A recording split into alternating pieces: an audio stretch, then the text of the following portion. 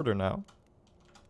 Yay! Do you recognize where we are, by the way? Because you're of course watching as well. Do you recognize where we are? Do you notice anything about the room I'm staring into right now? I don't think I see the stream. The stream? The share screen. It's not working? I did invite you, right? Did I not accept? Hold on, that's also important. Otherwise, Jor doesn't have a clue what's going on. That's kind of important. Good to see everyone. Let me see. Yeah. I'll just send you another one. I Just to see be sure. I see the stream now. Is this like a Valkyrie? Mm-hmm. But okay. Do you notice something about the room where the Valkyrie is supposed to be?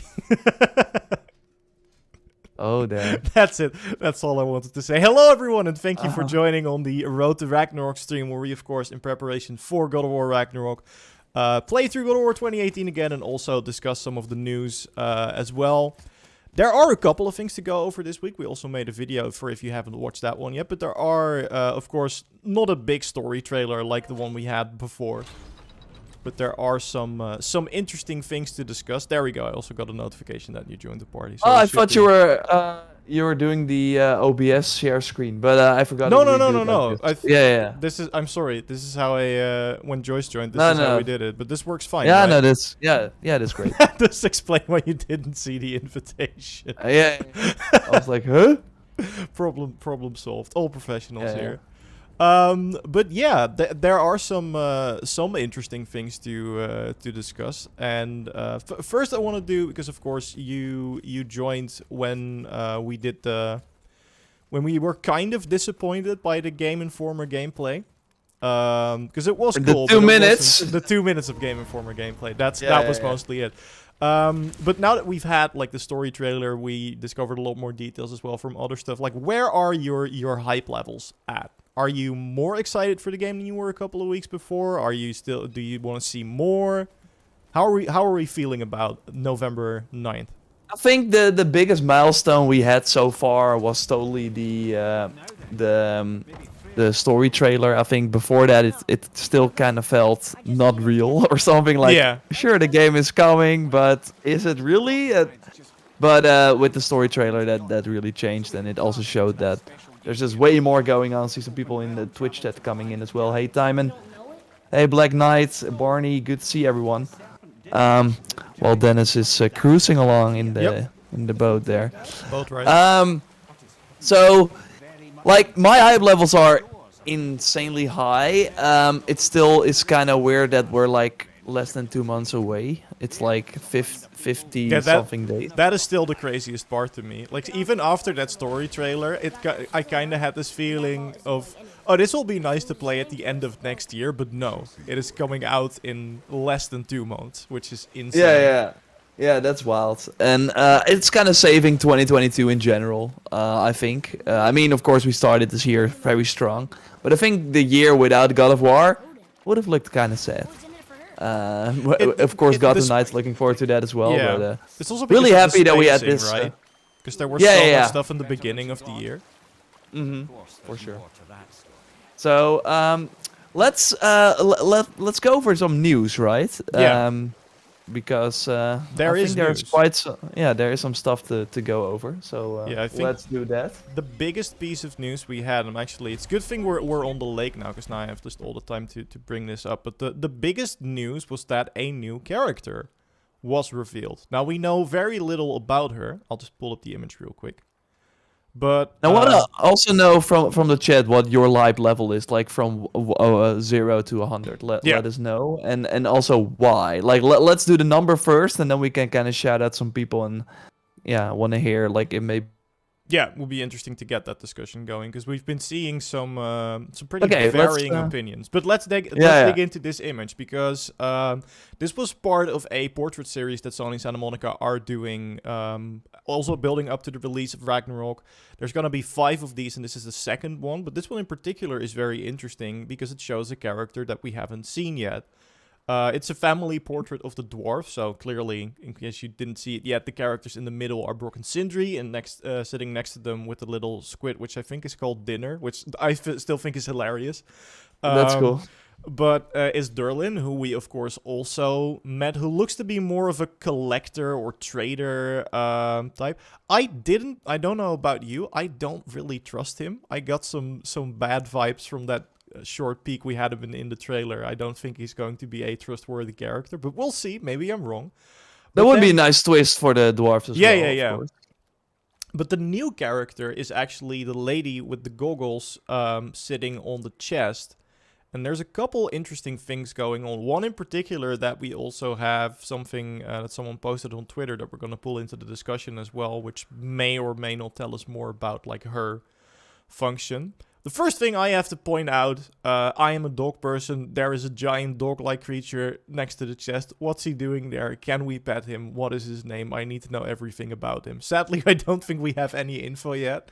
I mean, it's kind of a thing in games now that if you have a dog, like they actually with The Last of Us Part 1, they at one point you reach like a settlement where there's also a dog, and they now added the trophy to that. Yeah. So you're actually, you're actually. Oh, I didn't even know. I got that trophy by accident because there was a dog and I had to pet it. I didn't know that was a. They first had the difficulty trophies for like complete the game on like a hard difficulty, etc., etc. Sure. But people did not like those, so they changed those for like for easy, like unique things you can do in the game, like petting a dog. Yeah.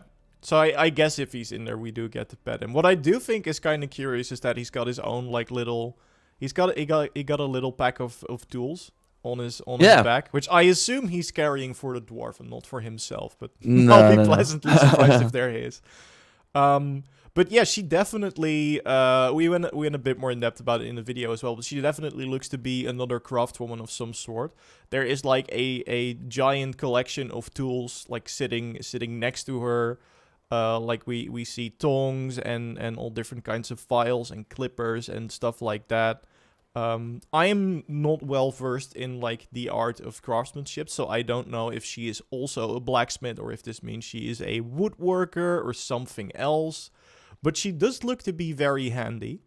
And it's cool that we haven't seen her like in the game yet. So, no. So that's actually the biggest reveal here, and I think the what you also pointed out in the video we did earlier. So of course, if you're watching and you're like, "Whoa, I see this picture for the first time," totally check out our video that we did on all these topics as well, including some things we're going over here. But like the Leviathan Axe there, like what's up with that? And I think that's a nice like sort of. Connection sort of that we can go to our second topic. I can actually pull that one over this image if I'm. Yeah, shit. There we go. So you can still kind of have a look. Daniel Pesta posted this on Twitter, noting that the Leviathan Axe, and I think this is the shot from the trailer where Kratos like puts down the axe and the blades, right? So so that's very early on. So we have the. And still in their house, right? I think it is. I don't think it's their house because there is a window in the back of the room and they don't have like a glass window. I believe it's actually Svartalfheim. I don't know that for sure, but judging by like the architecture and stuff. So this is probably what I'm assuming. We get Midgard, the start of the game, which ends with the Thor battle. Then we go to Svartalfheim, and I presume that the Thor battle is what broke the axe. Yeah, I think so. Because we already know that the Leviathan Axe is going to be taking some punishment. We did see that in the trailers. Yeah. But he chose the blades on the ground in that scene as well, right? Like So that is interesting. Like my theory was that because I think, and that's what Horizon Forbidden West of course did as well. Like they want to appeal to the people that of course played the first one or the 2018 game, of course. But also they don't want to like overwhelm people that heard about that game and for some reason did not play it. I don't know why you would not. I mean, it holds up still very well, and on PS5 you got the 60 FPS, so there's no better time to play that game. But for some reason, if you're like people that, for example, Stranger Things Season 4 releases and you're like, I'm only watching Season 4, like there are people like that. And you're joining Ragnarok, like they don't want to overwhelm people. And of course, if you haven't played the game for like 4 years, then it's nice to like get used to one weapon before being able to switch to the other. So I would not be surprised if this like for them a way to first have the Leviathan Axe versus Thor, because in that Thor battle, we did not see the axe or like the blades at all. No, the blades weren't there. You're right. Yeah, so I'm sure that we will only use like the Leviathan Axe in that first stranger-esque fight, probably. And then I think because the axe broke from that fight, we're only using the blades. And then at one point, maybe when we see Brock and Sindri again, they will be, they will like make them. And maybe that's one of the reasons we go to Svartalfheim in the first place. Yeah. To fix our gear. Yeah, and I do think it's interesting because that's where it kind of leads back to this new character. I'm going to remove the broken axe image again so we can have a better look at what's going on there. But I think, and this is a theory, but I think that Brock and Sindri might not be like the blacksmiths anymore. I feel like they might be more heavily involved in the story because there have been like more intensive cutscenes with them that we've seen already, but there's also that Game Informer cover where you can see them in action. They're actually fighting. Of course, they're fighting to protect their homeland. But if they're going to be up and on the move and maybe helping us out in combat encounters, then they're not going to be, or at least I assume, at every blacksmith table that we meet. So maybe we get a new blacksmith, and maybe that is this new character who follows us around on the on the dog. Hunters. Maybe that would be really cool, like a sort of portable crafting station, which is just carried on the back of the doggo. I would be down for that. Yeah, that would be very interesting. And again, also in our previous video, we showed that cover art for if you're curious about that. So I think it's cool to see more new characters, also a female dwarf. That's I am nice really curious what her deal is, because at the very least she looks like she knows what she's doing. You wouldn't have that many tools if you don't know what you were doing with them. So I'm very curious if it's either going to be our new blacksmith or something on top of that, which could of course also be very interesting. Like maybe there will be some new upgrading mechanic for weapons that is only accessible through her, but I don't know. I find that less likely. It also makes sense because we totally like we had all the upgrades at the end of God of War, so it makes sense that Brock and Sindri are maybe not able to give us more than they were able to. Although we do see that the axe is kind of like level 1 again, so I hope that I'm curious if they still don't know what the reason for that is. That's still because we thought maybe it is the Thor fight, but in the Thor fight it actually looks like it's level 1 as well. So it might just be something with the preview footage. I guess we'll find out. Yeah, it can be like Horizon, where it's like, I lost all my stuff, so I found this new axe and these new blades. Yeah, they do the exact same thing, but we got some people in the chat as well. Let me see. The house. It's not the house. It's the secret room in Helheim. The secret room in Helheim. It's the first time I've heard of the secret room in Helheim. Then, Sawe, or I hope I pronounced your name right. But explain yourself, please. That would be helpful. Where's Atreus when Kratos is dropping his weapons? Like, I'm not sure if, because of course we have that single camera again, like they're really following Kratos around. I'm not sure if maybe Atreus was just not in that shot. No, there are multiple shots in the trailer that kind of, oh my lord, I'm doing this wrong. That imply that they're on their own, because the shot where Freya takes the necklace from Atreus, which I'm thinking is also early in the game and is also in Midgard. When she's like chasing you as well. No, but that's what happens first. But then there is that later scene from the story trailer where he's kind of standing alone, wrapped up in roots. I don't think Kratos is there for that. I'm not 100% sure, but it doesn't look to be. So that maybe we get separated at the start a bit. And that's where Kratos kind of loses the will to fight, because the reason he's still fighting is because of Atreus. If he loses Atreus, that might be why we see him dropping those weapons, because he's like, well, what the hell am I gonna do now? That's interesting. Yeah, that's a good point, actually.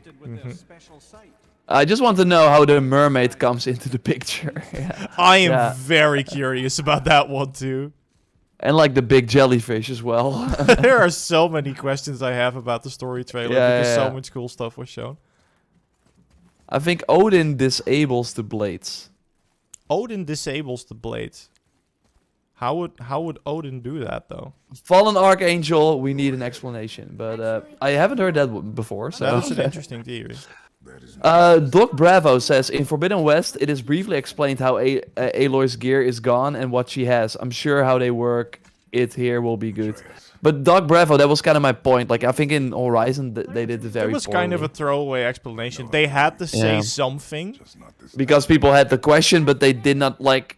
I still think that at one point there was like, because she's like, yeah, I'm traveling and I'm losing all my stuff. I've said this a couple of times, but you carry, like later on in the game, you carry way more stuff and you can keep it and you're like riding way longer distances, Las Vegas to San Francisco. You still keep all your stuff. Like it would have been way cooler to have the Slitherfang fight and then that you lose all your gear. Like I would not mind that. Oh, this is a cool spot. We're already here. Also, Thay, if you're still here, can you quickly check Twitch chat for me, please? Thanks. And we're gonna ignore that for the rest of the stream, but yeah. Sorry, that had to be said. This does mean... Oh yeah, this does mean we are really close to the Blades of Chaos, though. That is awesome. That's pretty wild. Mm-hmm. Yeah, I've been making more progress than I thought I would, actually. Although I did check, I think it's just halfway through the game. We'll get there. We'll get there. Anyway, there is more to talk about. Let's... Yeah, but we have the audio now from the... Sorry. I mean, I think our audio is like well over the...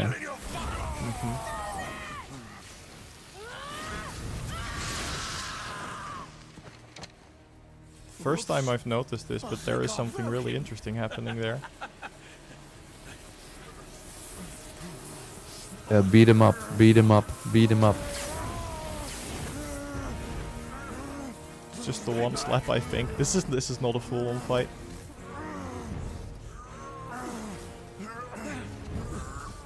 No, don't worry about it. It's fine.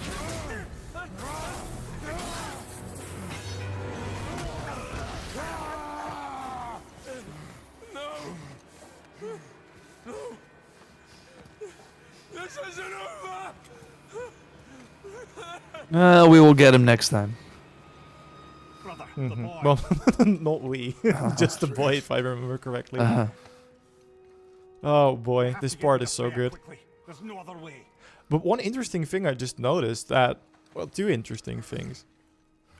One is Modi mentioned that Atreus was going to be his new brother.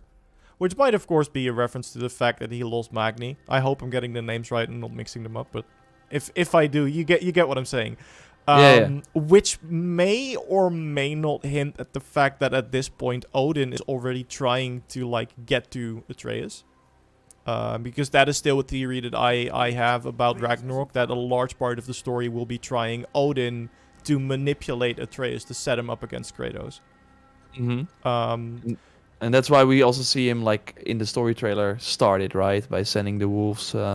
Yeah, and also... Yeah, that could also, of course, be Odin's manipulation. Although, Odin has been very set on trying to avoid Ragnarok. So I don't think Odin would push him to, like, start it. Because that is literally the events that started. But, like, the whole talk about, have you ever felt that kind of love?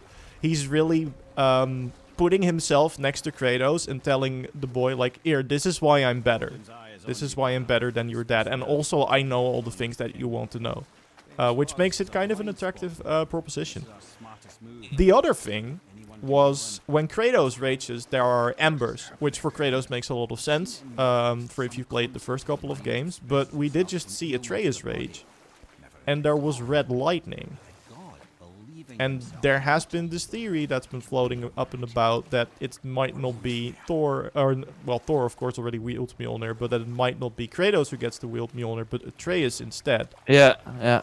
So what if we get like a lightning Spartan rage for the boy with a lightning hammer? That would be really, like, this is a wild theory I'm just throwing out here just because of one shot, but I do think it's interesting that it is visually very different from what Kratos does, and knowing Santa Monica, they have like they plan things ahead. So I assume there is a significance to that.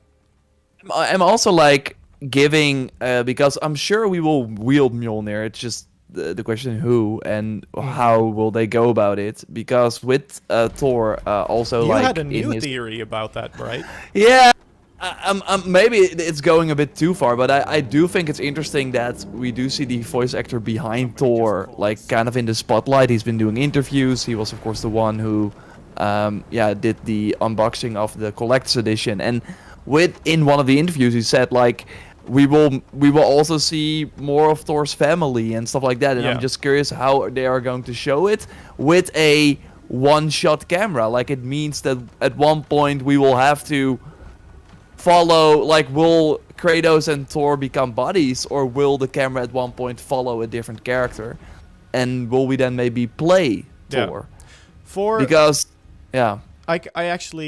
I'm gonna pause the game and just show that clip to people because I have it set up. Oh, nice. Yeah. Because I don't want to do that in the middle of arguably the best scene in the entire game.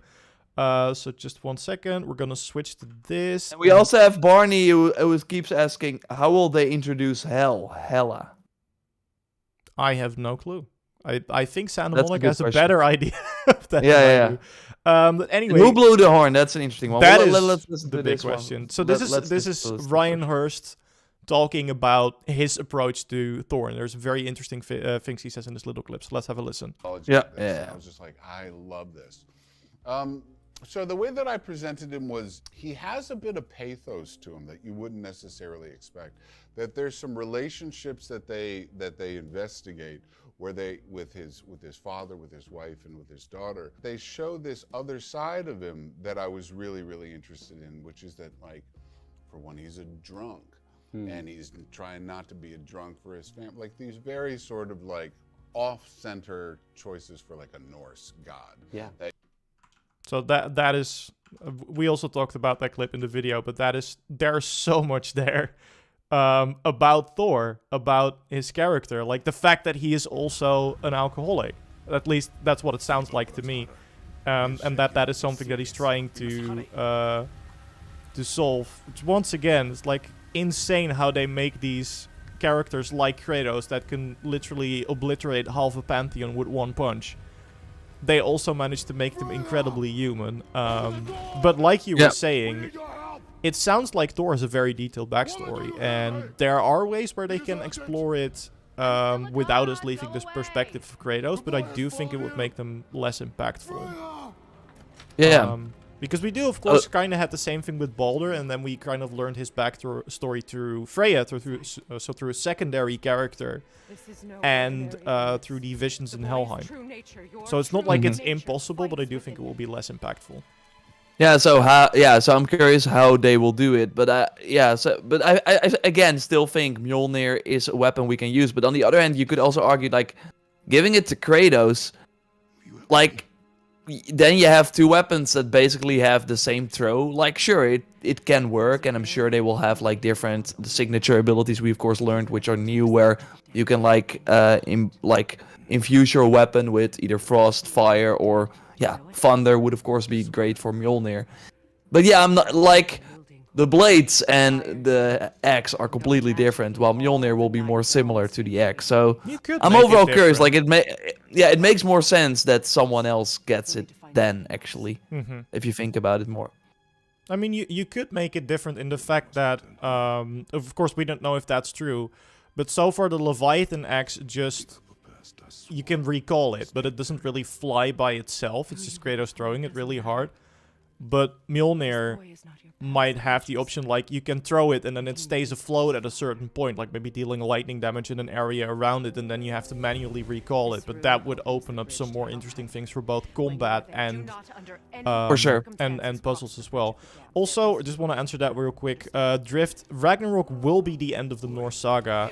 When the heck will we be fighting Odin? My guess is at the end, but it's been that from the start. So that's something I'm very much holding on to. I do think that if Ragnarok is going to be the theme of the game, the final boss has to be Odin. I don't believe it will be Thor. I don't believe it will be Freya. I will be happy to eat those words if any of those turn out to be true, but my bet is on Odin. Yeah. So yeah, I'm curious, and I'm like, maybe this is going like a bit too far in terms of like we're still in that Norse saga, but I'm curious if they will tease what's next after this.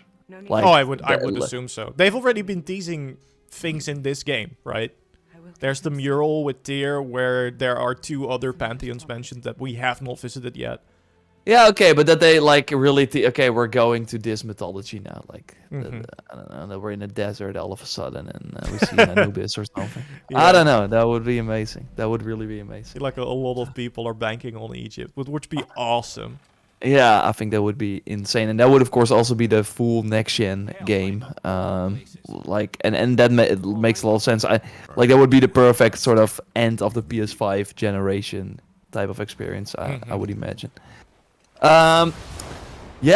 Was there another like kind of news story? I'm looking at the chat here. If we still have some, because people were talking about the horn, and yeah, the biggest theory is that we will follow like Atreus or have like some sort of time travel with Atreus where he's older, and maybe this is also where Angrboda comes in, who we of course also saw at the end of that first trailer, where we saw her in the, from the looks of it, on the steel case you get from the collector's edition or the Jotnar edition. I'm not sure if it's included in both, but there you see Atreus with like a girl, which is probably Angrboda, so maybe Wasn't that? It was the vinyl. I was gonna say it's not the steelbook, but I do remember the image you're talking about. Yeah. It's like hand in hand, running through like yellowy, sandish-looking mountains, which is clearly the Jotunheim cooler. Yeah. Yeah, so like I totally think because they also said like the first game was more about Kratos and his like journey and how he evolved, and like that kind of tried to be a good father for Atreus, but this next game will be more focused on Atreus. So I'm sure at one point we will maybe switch perspective to Atreus and have him be more fleshed out. Yeah. But I'm curious though, because like we know there's like kind of a big end game, it seems, just like the first game. Like it's like that's might be a nice sort of a nice like sort of way to talk about the file size. Yeah, nice segue into the the next segue. topic. Yeah, that was what I was looking for. Yeah, segue. Not the vehicle. A lot of people are like, I love this sequence. Dennis, you really like you play you kind of. Yeah, and I beat a Valkyrie already, so we've been doing good. Yeah. I told you we could have switched up the difficulty and it would have been fine. It's September. We're Yeah. I feel like we're gonna make it now. This is the first stream where I feel like we're good. Good to see Dennis in the Twitch chat there as well. Good to see you. Yeah. But yeah, like we know there's like a big end game. So because how does that work if there are multiple characters? But yeah, I'm gonna pull it up now because we talked about it. So this is, someone posted this on Reddit. It's been posted over multiple sources. I think the Reddit one is the original source, but sorry if I miscredited it in the video. But the file size on PS4 is 90 gigs. For reference, that is twice the size of God of War 2018. Now that doesn't literally translate to the game being twice as big per se, but it is definitely a sign of that it is a way bigger game than this one. Yeah, it is about the same file size as Horizon, if I remember correctly. Which open world, Yeah.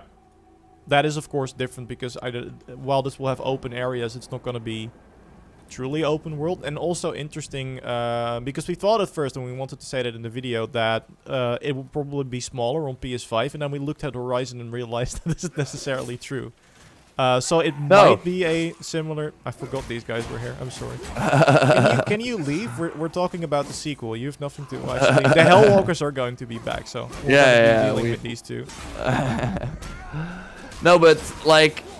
We're comparing PS4 sizes here, so it's not that... Yeah, obviously it's a larger size because of how the different systems work, but no, it's like PS4...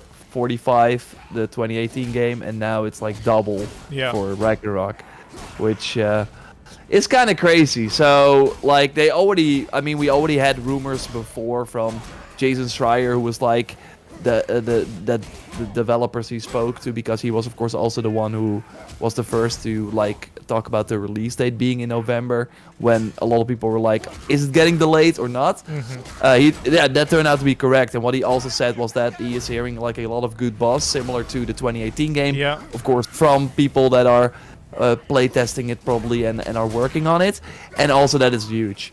And of course we know all the realms will be there. So yeah, that's already way more content than what we're seeing here. And yeah, I mean, they already talked about repopulating zones you've already been to. So yeah, I'm sure there will be like maybe way more surprises this time around. And I'm curious if like there are more side quests. Like I still think it's gonna be pretty like linear in a way, not super open world. But I also would not be surprised if some areas are more open this time around. Yeah, for sure. Like maybe something like Valheim, I can definitely see being a more open area, like having just like large forest mazes to walk through. Ooh. Yeah, this is a scene I don't want to talk over. It's this is such a magical moment. For anyone who hasn't watched the IGN vid they did on this a while back, I highly recommend giving that a watch, because there's some really interesting insights in there as well.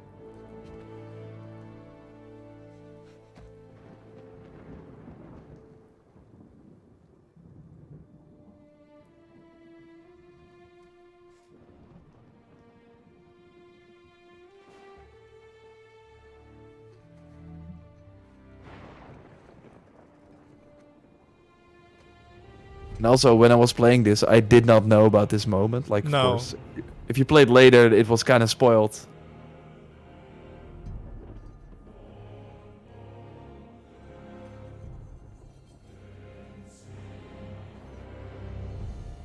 Yeah, what will be the Ragnarok type of moment?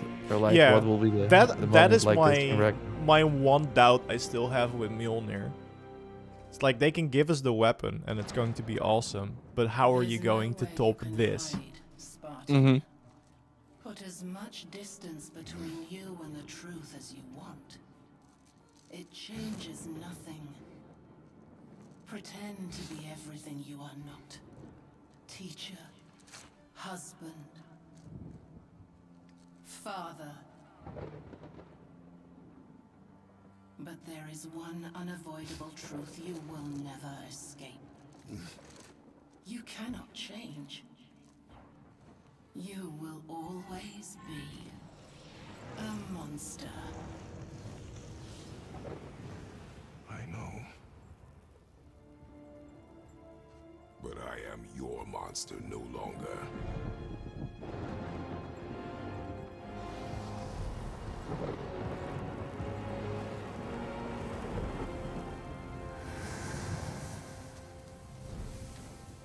I don't mind these guys right now. Let's beat them up. No. That's actually really smart, where they they make you struggle with a couple of them at the beginning, and now one they're a little easier to fight with the blades. But this is like this is meant to be a power trip.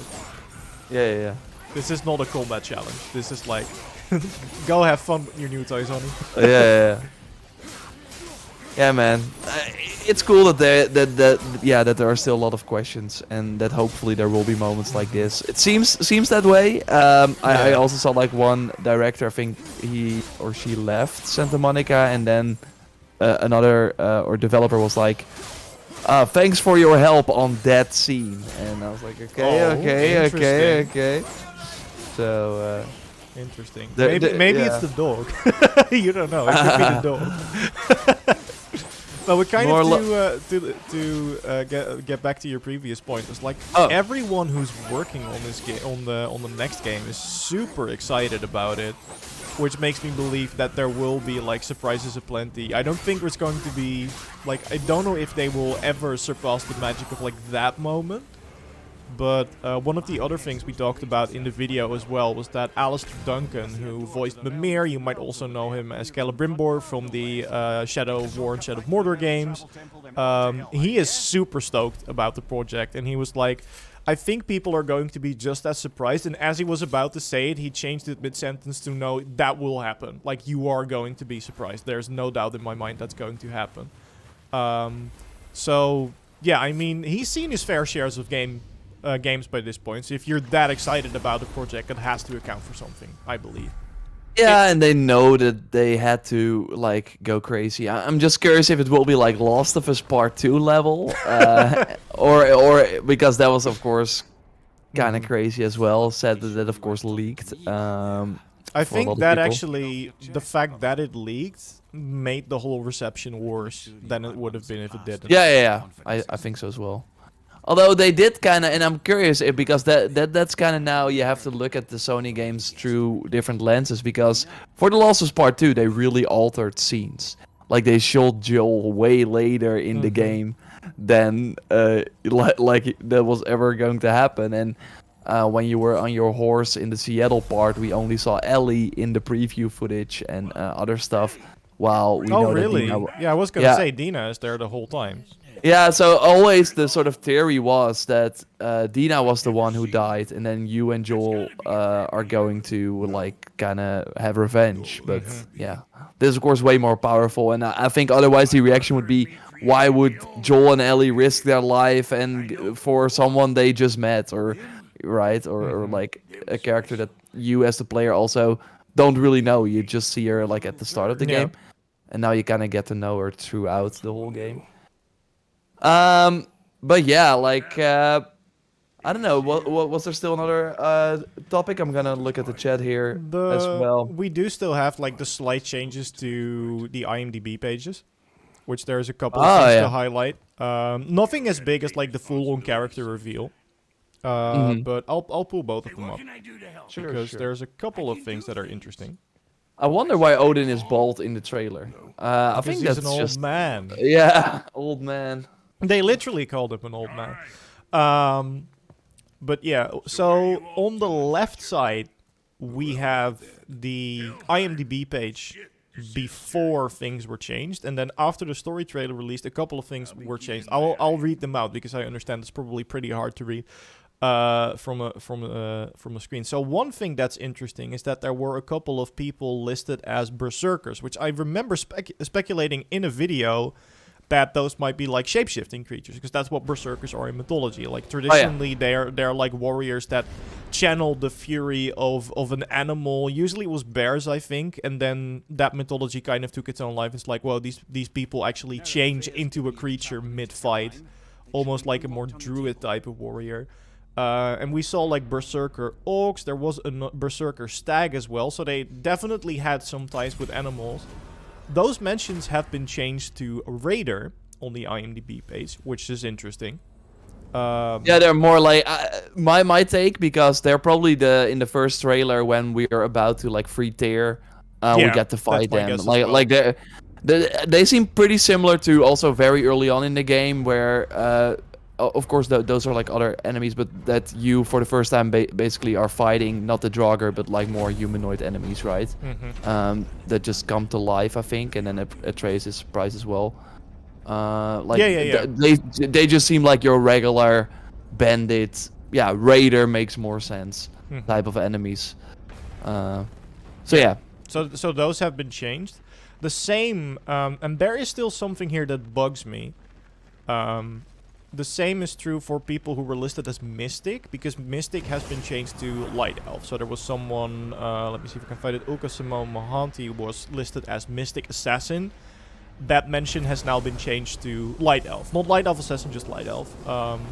However, there was someone listed as the Mystic. So not a Mystic, but the Mystic, which makes it sound like they are of some import. And that has also been changed to simply Light Elf, but I do think that prior listing might hint that they're a more like important character. Maybe they're the character that we don't kill but kidnap, as we can see Tyr dragging one of the Light Elves along in the trailer, which I'm still not sure what he's doing that for. But yeah, so that's basically the big thing. And then the other thing, people were really going crazy about the fact that there were new actors listed for both Freya and Atreus. As we see Morla and AJ Locasio listed for Freya and Atreus previs. And at first I was speculating like previs. Is it like prevision or whatever? It turns out previs is just an abbreviation of pre-visualization, which is a term used in filmmaking and script writing, where you kind of make a rough 3D first draft of a scene. So they're probably like, for that first draft, they played the role of, and therefore their credit is as, but there's not going to be like 2 Atreus running around in the game. No, probably. no. At least not based on this. So those are the big takeaways from those changes. Yeah, like I said, the most interesting thing to me is the fact that they changed someone from the Mystic, which sounds like a pretty important character, to just Light Elf. I wonder what's up with that. Is this the bridge Freya spoke of? Yeah, yeah. We will see. I think it's always like kind of hard with these IMDb pages. Yeah, for but sure. It is interesting that they're changing things around, and probably they also thought, hey, maybe Berserker, it means something else than what we're trying to do. It's overall kind of interesting that a lot of characters that we don't even know about, like they're already listed on IMDb. Like I'm curious how that kind of works. Some of them come from like Twitter. I do remember that. Like there's one of the Valkyries that we haven't seen yet, but that voice actress did confirm it over on Twitter, which I'm also still really hyped about, because there's at least 3 more Valkyries, and you know how hyped I get when I hear Valkyries. Yeah, I'm curious if it's like more of a story scene, the one where we have to fight 2 at the same time, or if it's also maybe like at an arena at one point again that you kind of like properly fight them, because yeah, there were some like cutscenes involved there as well where you were like supposed to fall down, it seems, where they were capturing Atreus. Once again, I would like to point out the similarity to Final Destination from Smash, which definitely fortifies it as like a combat arena in my mind. But but I hope it's like more of a. That's of course kind of said. I don't think they will change that. I mean, I'm sure they will do New Game Plus again, but I don't think they will have replayable encounters like that. Of course, we will probably still have Niflheim, which has like the unlimited enemies, and I think Muspelheim you can like repeat as well, right? Yeah, for sure. And there's the final challenge, which is just like beat this many enemies in under this amount of time. So that's pretty much like, if you want a repeatable combat arena, that's the closest thing you're going to get. Yeah. So I'm curious how they will kind of change that, and overall, like if there are multiple characters, like, there are just so many questions. Like we will already start with a really fleshed out Kratos. I think that's already really exciting. I think it's really comparable to starting a New Game Plus in 2018, because then you also have both weapons already. But yeah, how will they expand on Kratos? Like, I still think that the sort of gear system, and it's been a while, like that's why I want to like kind of boot up the game again to kind of understand because I think they had, of course, some armors that were also like really specific for the realms, right? Like the Niflheim, or like the specifically the Niflheim pieces, like the Muspelheim pieces were, you could only earn them in that realm, but I don't remember them having like a specific benefit. Whereas the Niflheim one is like, it also gives you more resistance to that cursed mist, which means it's easier for you to gather more mist echoes. It's like, you can get to that Valkyrie in the maze without it, but I wouldn't recommend it. So I'm just curious, like what will those enhancements be like? Because we of course know that shields will play a way bigger role. Yeah. So that's already interesting. We know that some runic attacks are gone, but there will be some new ones. Talismans are back. Yeah. What does that look like? I think maybe it is comparable. I think overall you could really draw the comparisons to a Forbidden West, where they also just added more. Like we still did not have different outfit pieces in something like Horizon, but the outfits did have way more impactful perks, and the weapons of course had these upgrade paths and stuff like that. So yeah, I'm sure we will have similar things to that, but I remember though that it was like there was a very clear upgrade path in this game, 2018, where it was like, you obviously want to get the best outfit that has like the highest level, I think it even was, right? Yeah, because the items you equip actually determine like your power level. In that regard, it's almost like something like Destiny, where you have to equip like high level gear in order to compete in like higher level activities. Which is kind of a bummer, because there is no transmog. So if you like the look of an armor, you can use it. And also the thing you were mentioning with upgrade pots, it's mostly like, at one point you will realize that at the blacksmith you've unlocked new armors. Then there's one that's kind of pure strength focused, and then there's one that either focuses on something like health or luck or runic attack, stuff like that. So it was a very like binary system. You do either one thing or the other. But now with the changes to the shields and the other things they've been saying, like with how they're changing combat up, it makes me think that they're kind of doubling down on the well, not necessarily the RPG mechanics, but giving you the freedom of choosing your own playstyle. Like if you like parrying, I hope so. You can build a build around that. What I'm really hoping is that they're going to double down on like the elemental damage, because some of those frost attacks we've seen with the Leviathan Axe look really awesome. And I think yeah, really they cool can like really freeze enemies in place. Of course. Like probably not these guys, but no, that will be. But that's like an interesting trade-off with a build like that, right? You can be really strong, but there is like one type of enemy that just counters the type of damage, and then you have to switch to another type of damage. Yeah, for sure. Hey, Ryan, thanks for your Prime sub. 12 months, that's really amazing. Hey, Dennis and Jor, hope you both are well. You all do an amazing job. Thanks for the kind words, thanks for your support. Styx is here as well, that's really great to see. So just wondering, if we don't get Mjolnir in the game, what other type of weapon would you want? That's a good question. I would be shocked if we don't get Mjolnir. I think the question more is who gets it. Yeah. Because, yeah, we might see like a more playable version of Atreus. Like, personally, if I could make a choice, because that's why I also never really like DLC that lets you play a different character, because then I always feel that they can never go really in depth. Like, if I could choose, I would prefer to only play Kratos and have him maybe, I don't think they will do that we can only carry 2 weapons, but that would be pretty interesting. If you could only carry, so you find maybe next to, like we also have Freya's sword, which has plays like a way bigger role in this game, so or like in Ragnarok. So maybe that's another weapon that we can use. Let's not forget there is a specific spear that Odin is kind of known for using. So who knows if we haven't seen that yet. We don't know if it's going to be in the game, but if it is. That would be awesome. Yeah, I mean, he has to fight. If he's a boss fight, he has to. I don't think his words will do a lot of damage when we go into Spartan Rage. That's why he had the dwarves make a spear that never misses, which is the terrifying thing about Gungnir, is that according to myth, it never misses. No, but we haven't seen it in the game yet. But yeah, you would imagine that is awesome if we see. I mean, we also did not know about the blades before launch, like they never showed it or teased it or whatever. So I hope if Gungnir is in the game, that they keep it that way, and that is also a surprise. Because I do think that would be a great incentive to get a weapon at the end of the game. I know a lot of reviews will be like, because I mean, it depends. Like a lot of, I think, mostly for the reviews, they will just like play through the story, maybe do a few side missions. But if there's like a big end game and things that open up kind of similar to the Valkyries and stuff like that you can only really do after finishing the game or close to when you're finishing the game, having a brand new weapon maybe incentivizes you to go do all that stuff. Yeah, absolutely. And then also, it is nice to know that because older areas will be repopulated with new enemies.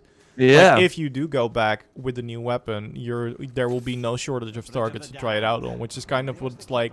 That's something I've been discovering as I've been recording footage for this game for like the God of War Ragnarok videos. It's like after you completed the game, it is so hard to find enemies to fight. It really is. Yeah, and you want to like change it up, not only show Muspelheim or Niflheim. Let's see, we also have Dion. Is Kratos new weapons? I think we already kind of discussed that. But likely, but we don't know. Like if you had to pick one other ones, like say Mjolnir is like a guaranteed thing, it's gonna happen. I think Gungnir is super interesting because like I still think like with the whole throw, like sure they could change that up, and I also would be kind of, and that's kind of what I had with Horizon, not having an extra melee weapon was kind of a letdown for me. Yeah. Because they really like talked about improving that. But yeah, that's all they did. They improved it, but they did not expand on it. And it was, sure, you could like make a cool playstyle, but only really at the end of the game. So if you had like that armor and upgraded that and stuff, but still it wasn't like really viable against bigger machines. Like, I would be kind of let down if there's only one new weapon. But that of course also depends on if we switch characters. Like that would of course also, yeah. Yeah, that would make a huge difference for sure. But we have to remember that Cory is not directing it, but it is the combat director on those previous games. Like, and that's why I also think that we are seeing a lot of enemy variety. Of course, that was one of the, like, now we're fighting this troll, and we've seen this like, sure, they switched it up, but we will in a moment do the finishing move that we've been doing for 10 times already. Like, I think that this will is not. actually the only one where it's different because we. Oh really? This is the only one where it's not the same. Oh damn! Again, like I might want to like play through the game again. Like we had this choice to kind of switch it up, but like during this stream it's a bit harder, and we would do it on a death. But did you die during this playthrough? No, I don't think I did. I'm sorry. Okay, do you want me to die? Because we can make that happen. No. Chat. Ahmed is asking, when will it release for PC? Like I think Forbidden West is gonna be interesting because that will be the first real big PlayStation game that is also on PS5. Like Ratchet & Clank is like PS5 exclusive, so like that's of course still like a showpiece. I still think that. My prediction for Horizon is that they might do like a sort of renaissance at the start of next year where they are launching the DLC and then maybe released at the same time on PC as like a complete edition. Or maybe they will wait. But yeah, I think watching Horizon will be interesting because I think they will follow the same model for God of War. That is very likely. The only thing that might change it for both of those is whether they want to do something similar to what we're seeing with The Last of Us, because there was the Horizon one I know for sure, but there's also God of War series in development, right? Yeah. The Amazon. Yeah, so maybe they want to coincide the timing with that. Yeah, that makes sense. And then it kind of depends on when we see either of those happen before we. Can you stop? I'm trying to have a conversation. And also, like, the PC version launched in January, so it's not that old. And they still have, and I think that's also interesting, like, they still have a lot of PS4 games, like Ghost of Tsushima, that hasn't launched yet, that I think will happen before Forbidden West. Yeah, I agree. Because they finally have, it seems that the supply is, like, getting better for the PS5. So they still want those exclusives. To of course like really matter, and I think you also like they are also selling a lot of bundles for Forbidden West now, or basically I think most of the PS5s you can get is a Horizon Forbidden West bundle.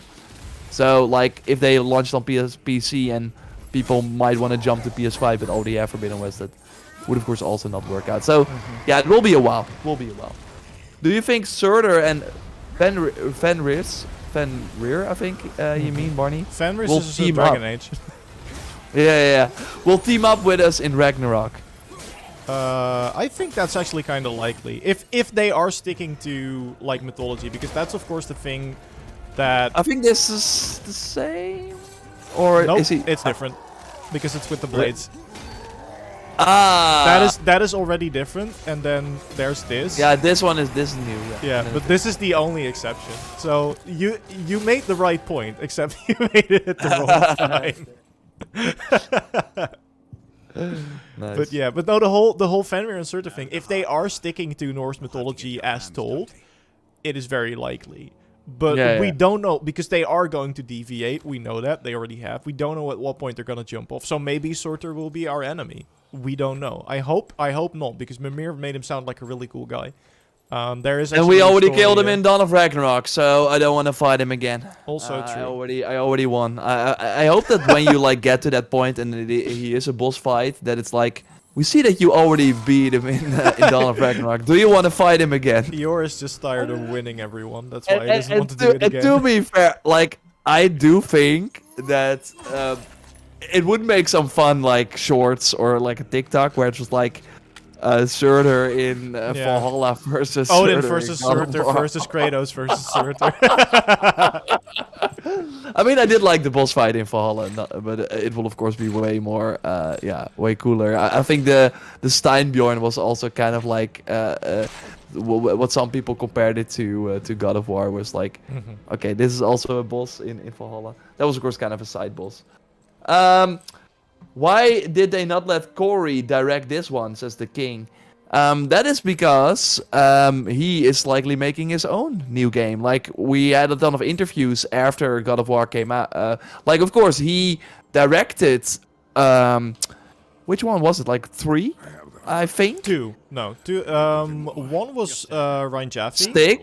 Because he has Or Stick. Steak, Yeah, sorry. Jeff. Yeah. Jaffe worked No, on the Inception, but Jaffe was Stick was the director. Then 2 was Yeah, Cory, which is why they decided to bring him back for Ragnarok, because I think 2 has been the most well received. Also, I am betting, like this, the fact that Zeus just casually shows up here. I've been saying this on multiple streams. This is not a coincidence. This is gonna be something that's gonna be coming back in Ragnarok as well. But anyway, I digress. Yeah, you're right. So he was a lead animator on the first God of War. Then on 2, he was the game director and story writer. Yeah. Then he also worked on the PSP game Chain of Olympus. He also did the story layout for 3, and Ghost of Sparta, which was also the PSP game. Then he kind of worked on Tomb Raider, like even the reboot. I didn't know that. Then he like kind of went on hiatus, and then they were like, we made Ascension, and what is Santa Monica gonna do now? And then he came in to be like, hey, we have to make this a modern sort of take. On the other hand, like Tomb Raider, God of War, there's like 5 years in between, but it also took 5 years to make the game, so that kind of makes sense. And also one thing they did say is that it is a tradition within Sony Santa Monica, as you can see by the list that you just read out, is to switch up directors like every game. So even if it is a direct sequel, because the God of War trilogy didn't have the same creative director for every game as well. So they switched that up, and I think that from what I've seen of his track record, that Eric Williams is a very safe bet, because from what I could find, he's also been involved in pretty much all of the God of War games. Yeah. In pretty major positions as well. So it is someone who knows the series. Yeah, for sure. And like I think that also like is great for this game, where they really had to improve the combat and go like really hard on that to make it stand out and give more enemies, so to have him lead now. But I think the main reason why Cory, like I'm sure they asked Cory to do it first, but then Cory was like, because he's now listed as a producer, like he's still tweeting about it. He's probably right now in the final months playing it, giving feedback. He probably worked on the story. Like I think he already had a good idea for the story. Like of course when before the first game even came out. So he probably still worked on that. But I think overall, like he has been working like on a ton of like well-known franchises that are not made by like it's not his own creation. And it really seemed that was like kind of what he wants. He wants to also he now showed, hey, I can make this fantastic game. And he was probably like, because they wanted him to stay for Ragnarok, obviously. Like it would have been a kind of a bad sign if he left. But he was like, I want to make something. I want to make my own new IP, and I'm gonna stay here if you guys would let me.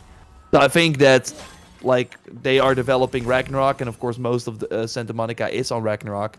But I think after this, sure, they will go to the next God of War, but I also think a sizable team will actually first work on whatever Cory is thinking of, which is probably a new IP. For sure. And like, what a great calling card to leave people. It's like, hey, do you want me to imagine something? Because this is the closest thing you can get to making a new IP, because they didn't have to bring Kratos back. For what they did. I'm glad they did, and I think they really improved upon his character. But I remember, like, after watching the documentary about the making of this game, is that the common consensus before this game was released was that for God of War to progress, Kratos had to go. And Cory just single-handedly proved everyone who was saying that. But then the other thing is like the whole reimagining they did with this. It's like if you ever doubted someone's capability to go somewhere bold and new, and then they'll deliver this to you, and then they ask you, do you mind if I come up with something else? I don't think you're gonna say no. I think you're going to say, please make whatever the hell you want. We believe in you. Yeah, and then again, it's nice that he can stay on for this project as well. So it's kind of a win-win. But yeah, on the other hand, like I mean, Cory is like the best candidate. But like these days, when these games cost 100 million plus, like it is like a not a safe bet. Like we had of course other new IP from 2K, for example, like the Mafia team. Hangar 13 was like making a cool superhero type game, and like they canceled that $50 million like down the drain because they just weren't sure that it was gonna hit. And yeah, with like working on, because they're now going back to Mafia, like they kind of like that is probably gonna make them money, which yeah, that's kind of with all the games becoming harder and more expensive, makes sense. I want to thank Ben also for being here. That's really cool. Yeah, awesome. Thanks, Ben. I'm gonna leave you then, Dennis, because I still have some other work to do. I think you are gonna continue here with. Yeah. I think me and chat will be just fine. Say bye to everyone. Goodbye, and stay tuned because we will have, of course, some cool videos coming your way. So I see Joyce in the chat as well saying Miles Morales is coming Confirmed to PC. for Okay. PC. I mean, awesome. it was already confirmed, I think, but now we might have a release date. I don't know. Thanks, Dennis. See you later, everyone. And yeah, again, we got some cool videos coming your way, so stay tuned for that. Thanks for Goodbye. joining, Bye. Yeah. Good luck. Okay, let me see. No, that's not. This is what we need. There we go. Alright. Sorry you had to leave us, chat, but we have a couple of videos in the oven for the weekend, and those need to be finished, preferably before the weekend. So there's that. But we're gonna be continuing here for probably another hour. Oh, there's this guy. I love this guy. Hi, buddy. You wanna fight? As I said, I really hope I'm going to also use desktop audio now. One moment. There we go. But those new Einarjar enemies, like the super tanky looking dude with the scythe, spear, whatever it was in the new trailer, I hope those are similar to these guys, because that means you can like farm their armor pieces and actually get their armor, and I think he looked really cool. These guys also have like a really cool armor set. It's a bit chunky, which I like.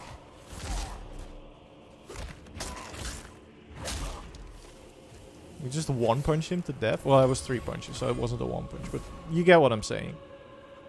We got a new pommel for the blades as well. Awesome. No. I just muted Slack sound joints, don't worry.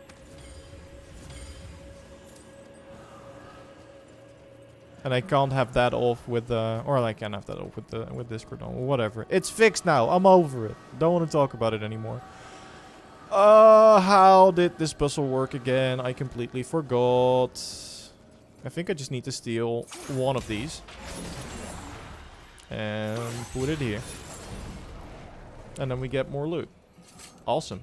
In the new trailer, I think we saw this realm return. Commander Jane Shepard, you are absolutely correct. Also, thank you for your service, saving the galaxy from the Reapers. What is it, 3 times over?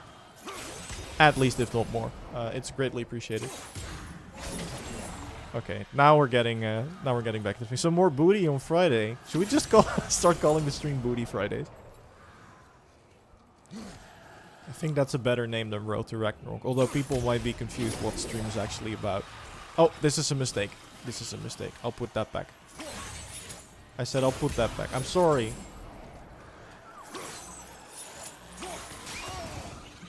I mistook it for an opportunity. Well, it was clearly not. Okay, now we're kind of getting in a rough spot. But yeah, it's been a bit of a quieter week, which feels weird to say after we've had a really long and really quiet period, and then we had that story trailer.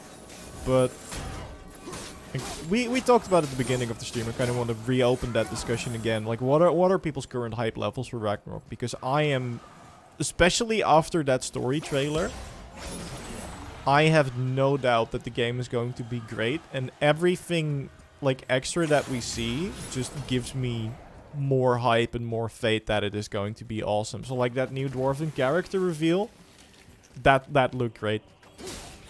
I love that. I really I know it sounds like a meme, but I cannot overstate how much I love the dog. And I do hope that our like fun little theory about the dog being like her traveling companion, and that's how we upgrade our stuff, ends up being true. But of course, that is like wild speculation. We should be able to visit all previous realms with several new ones. That is true. That is true. So all the realms in this game, and then on top of that we have Svartalfheim, which we've already seen a lot of, Vanaheim, which we've seen a little bit of, and Asgard. I think those are the ones that are missing. Thank you for your service helping you with the channel and your knowledge of the... Thank you. That is really kind of you. I hope they're holding on to revealing Odin's character until like last week or something. Well, do I have news for you? I also messed up, so we're gonna kill some stuff first. But it has actually been confirmed that the final portrait of the portrait series that we talked about today will be about the Aesir. And who is at the head of the Aesir family? You probably already guessed it. It's your boy Odin. So we'll get a different rendition of him, I assume. The cool thing about that one, though, is that... and someone in the comments rightfully scolded me for not giving enough credit. But that one is being drawn by Sui Ishida, who is mostly known for their work on Tokyo Ghoul. Hey, buddy. You wanna die? I don't like Odin spies. They're gone now. Next God of War must improve artificial difficulty. I Souls when God of War 2018 had artificial difficulty. What do you mean artificial difficulty? And do you feel like it needs to be more like a Souls game? Because I don't necessarily know if I agree with that, but I can see your point. Incredibly high, looks like game tier material. Only issues with just bought a new car recently. Some wallet is empty. That is a good expense. I have the same thing where I'm like,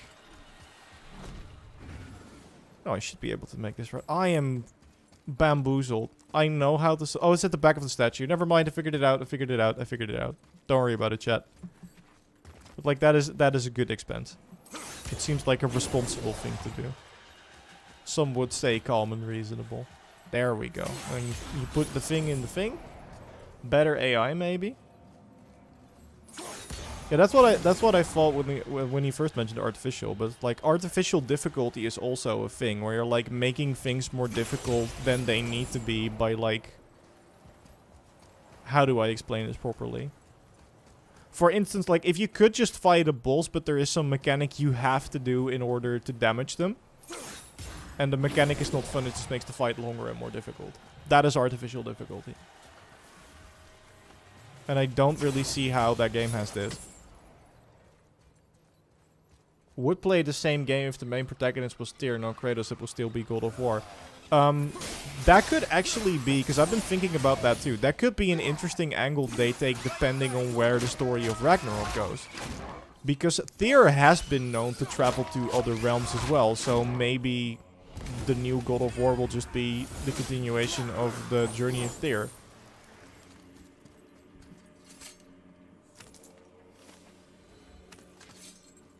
Another family heirloom, which just means more money, which is nice. But we need to go back. We need to save the boy. It is important.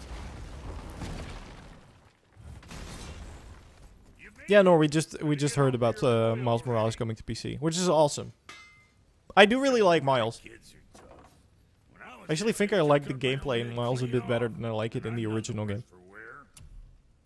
I know, whole take. But whatever.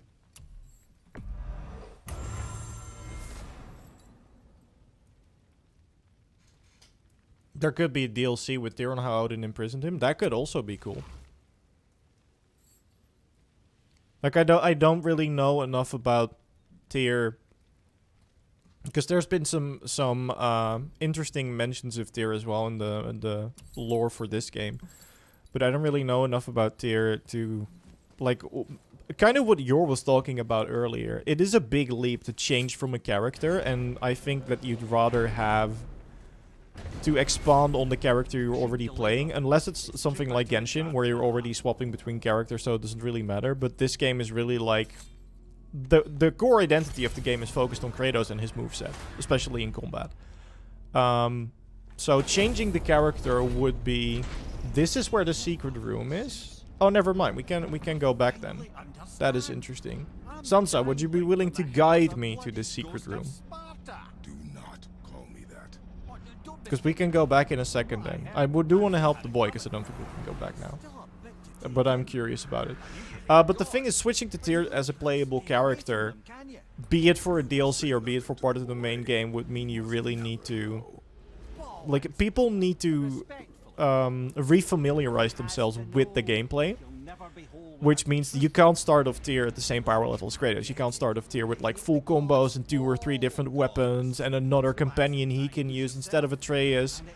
So, like the only, I will say this, the only DLC that I've seen do a character switch right, in my opinion, was the Final Fantasy Intermission DLC. Tell him nothing.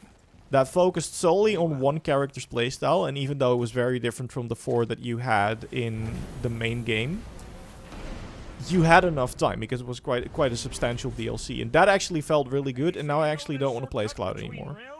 Like, I know Cloud is cool, he's an anime edgy boy and stuff, like, I want to play as Yuffie. That's all I want to play as. It really felt that good. Let's get some upgrades for the blades as well. How do I beat Sigrun? You just keep trying. Do not lose faith. I believe in you.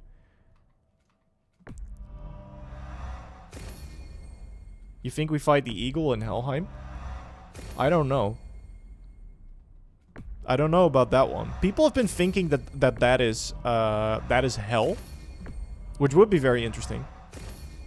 But I don't know. Also, I'm not sure if it was it an eagle or was it a raven? A secret that Dennis doesn't know. You'd be surprised. Which is why it's so fun playing this game with you guys in chat, because now I actually learn a lot of stuff as well. Is purple Freya's color? Man, you have to ask me about colors? I don't know. Oh, we of course... Oh, nice. We get the travel upgrade now. Then we can take it to Freya. There's an idea, brother. That is nice. But I don't know what Freya's color is. We know yellow is Fae, and presumably also giants in general. Blue is probably Brock and Sindri. Green, I think a lot of people automatically assume that it's Angerboda, but I would like to keep an eye out for maybe that could be Odin. Red is obviously Kratos. And then Atreus would be orange, I would assume. As that is, you know, what you get when you mix yellow and red. Freya's color, I don't know. Well, you gentlemen certainly know how to get around. What do you think about Thor's daughter, Thrud, and Sif? You mean them being in the game? I think that's super interesting. I think that for God of War Ragnarok's narrative to work, for it to properly display... Because sure, it is about Ragnarok. It is about the literal end of the world. But on the other hand, it is very much about families as well. Because the reason why Kratos got involved in the first place was because of Atreus, and was because of Faye, so was because of his family. And the reason why Freya is upset is because she lost her son, which is going to play a part in that. And also, everyone's upset with Odin, but Odin also has a family that is still trying to protect him. So... a lot of family stuff is going on, and in order for that narrative to work and to hit home, I think it's very important that we have a, what's the word? Not antagonist, and not protagonist, but something like a counter to the family of Kratos. So if Thor is fighting us, and we kind of have the same stakes, then the conflict becomes much more interesting, because Thor is also fighting for his family, and not only fighting us, but also fighting his own troubles. As we heard in that interview with Ryan Hurst, Thor is a recovering alcoholic, from the sounds of it, and he's trying to improve his relationship with his wife, Sif, and his daughter, Thruder, and his father, Odin. I think there was a theory floating around for a while that Modi might actually have survived the stabbing that Atreus gave him. So maybe Modi will also show up, which further complicates that family. But then killing Thor, if that happens, would trigger the same reaction in those around him when we saw with Freya when we killed Balder. And I think a repeat of that motif where it's like, well, sure, you're protecting your family, but you are literally sacrificing other families for that. And how far are you willing to go in that, and how long can you keep that up? Especially for Kratos, who just keeps losing stuff left, right, and center. Some through his own fault, some not through his fault at all. But yeah, I think the fact that they include them, it kind of needs to be there. And it needs to be fleshed out in order to make the conflict between Thor and Kratos even more awesome. Green better suits her, to be honest. Oh, for Freya. Oh, that could also be her color, of course. But the Einarjar is purple or possessed with a purple light. Is it Freya enchanted them? So that's why I asked. That is an interesting idea. My guess is that it's more... Sure, you see it as purple, but it's more opalescent, so it kind of changes color as well. Because the first thing I thought of when I saw that was the Bifrost. There is a shot in the first trailer where like a beam of light appears and then a warrior just comes stepping out of it, which has to be the Bifrost. But that would link it back to, at the very least, Asgard, and therefore likely Odin, because the Einarjar are, of course, Odin's army. And maybe even Heimdall. I don't know. If you looked at the portal in the realm room, it had a purple symbol, and that realm is to Freya's cabin. Interesting. So it might just be a Vanaheim thing then. I will say, I think it's highly unlikely, and I'll be happy to eat those words, but it's highly unlikely that the Einarjar are fighting for something else than Odin, because A, Odin literally trained them, so I think this is something he would have foreseen, and B, Odin also knows how to corrupt people, because he did that with the Valkyries. So I would assume that if he's aware of that possibility, you'd build in some type of failsafe if someone else tried to pull the same trick on you. But it could be. You have been pointing out some very like substantial evidence to why it could be purple and why it could indeed be that she's enchanted it. But I think it's like the magic of the Bifrost or something that we see. Will there be stuff to do after you beat the game? Ryan, from what they've said, it definitely sounds like it. Because they will be repopulating older areas with new enemies from time to time. Thanks. Which means that even if you go back to a location after you've already finished the objective, you could still have some fun with combat. Freya's magic had a gold aura to it. In this one didn't it? I would assume anything under her control would use the same aura unless she taps into a new source of magic. Like, that is a potential explanation to what's happening. Like, Odin used her to learn You figured that out, did you? to learn Vanir magic. Guess we're going. But Freya might have learned some Aesir magic from Odin too. That might be the change of color. There's an ability in the blade tree on the far right you falsely considered new in the combat trailer. Did I? I don't think, because I think I know which one you're mentioning. The one is currently locked, right? Yeah. Is it this one? SIM card. Because if it is, the thing I noticed that was different in the trailer is here you just do a sweep, but the move Kratos pulls off in the new gameplay, there is actually a trail of fire that crosses the ground. And I think the attack in and on itself is different as well. So while they look similar, I don't think they're the exact same. Away from here. Oh, I don't know. Sure you Yeah. do, lad. So I do understand why you think they're similar, and maybe you are right and they are the same. I don't think they are. I think they're a variation, because the effect on it is way different. Unless they change the effect, that could also happen. Isn't purple like the opposite of green? Maybe his brother will have green enchantment. You mean like Freyr? Is green... I think you're right, because green is... I'm terrible with colors. Yellow and blue. And then red and blue is purple. So it's not the exact opposite, I think. But yeah, there is... I'm still banking on that being Freyr, by the way. The person being carried on Kratos back in the trailer. Do you think we will see Atreus Spartan Rage again? Oh, for sure. I am... Like, one of the things I am betting on is that Spartan Rage will be an ability for Atreus by the end of the game. Boy Rage. Or Spartan Boy, whatever you want to call it. I guess. I know you overheard my talk with Freya. You think you understand? But yeah, for sure, I think that's very likely. Why do you say I'm nothing? watching on a delay, but in regards to Atreus' lightning rage, maybe it's because Zeus is his grandfather. Powler, that is a very good guess. That might be true.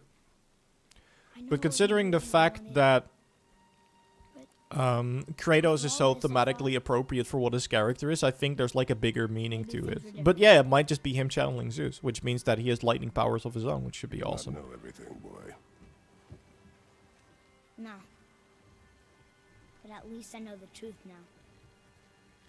Truth.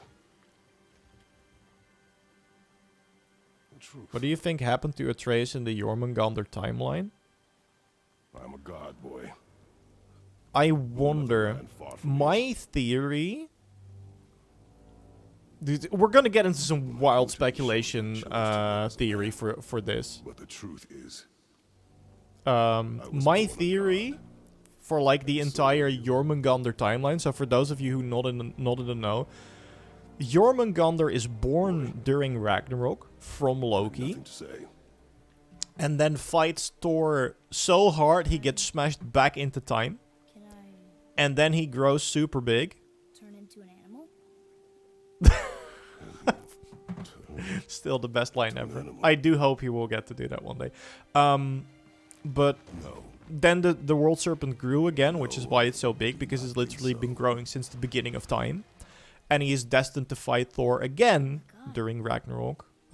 Which is kind of a time loop, but not really, I guess. God too? I've never really liked time travel mechanics in anything, because they just, in my opinion, it always overcomplicate stuff. I'm a god. Because you get to the point where, like, well, if this is possible because of time travel, what about this, and what about this, and what about this? So screw you, Harry Potter, for ever including it. Anyway, I had hoped to spare you. the conversations as part of the game where every player wanted to punch a child. No, that comes later. Can be a lifetime. That's not this conversation. That's the conversation they have after he kills Modi. I just wanted to throw him off the edge after him, honestly.